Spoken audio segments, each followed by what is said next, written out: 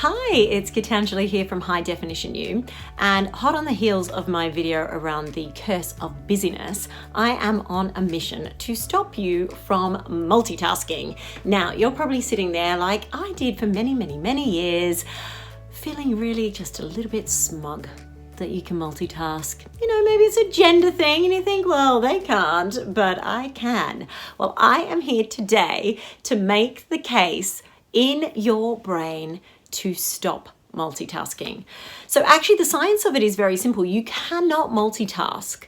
Your brain is not designed to multitask unless you are one of the 3% of humans that research indicates are supertaskers. And maybe you're feeling just a little bit like, yeah, I can be one of those people, where their brain is indeed wired differently so that they can in fact do two activities at the same time in terms of the way that their prefrontal cortex is working.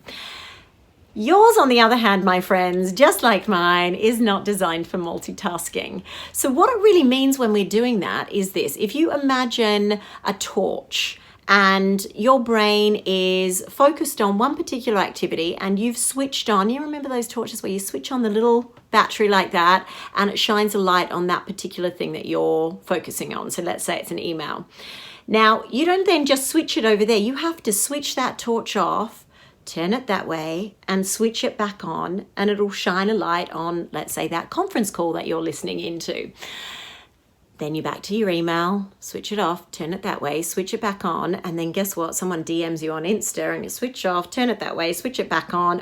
Someone called your name. Oh, Gita, what do you think about that on the conference call? You're like, switch it off, turn it that way, switch it back on. And this is what we're doing every single day.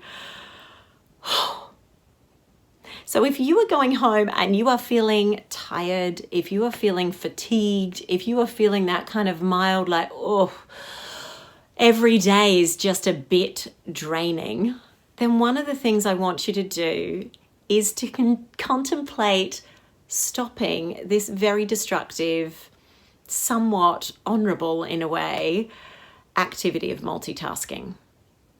And if you still don't believe me that you can multitask and you're thinking, well, I can, of course I can, it's proven, I am going to set you an experiment for this week. And it goes a little bit something like this. I want you to do two very simple activities. One is I want you to count backwards from 20. Yeah, you can do it now if you want to. You can press pause and just do it now. But wait, I want you to set a stopwatch first. Count back from 20 as quickly as you can. If you're doing it now, press pause. The second simple activity that you've been doing for many moons, I'm sure, again, set a stopwatch, is say the alphabet from A to Z as quickly as you can. Now you'll have 2 times there, a certain number of seconds, I imagine, hopefully not longer. Add those 2 together and you've got a total for those 2 activities if you were to do them separately. And now, my friends, what I want you to do is count backwards from 20 whilst saying the alphabet. So it goes a little something like this: 20A, 19B, 18C, 17D, etc., etc.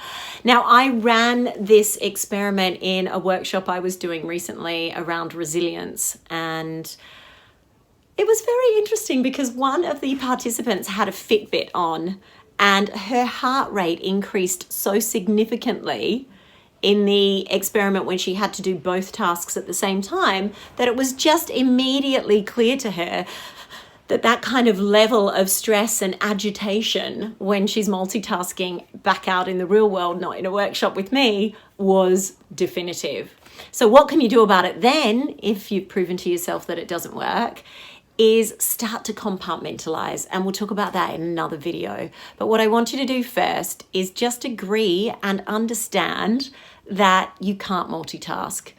And if you think you can, really understand the stress and the agitation and the fatigue and the mental and physical drain that comes as a result of even doing that simple experiment this week. And as always, if no one else tells you, please let me be the one to tell you that I am grateful for you.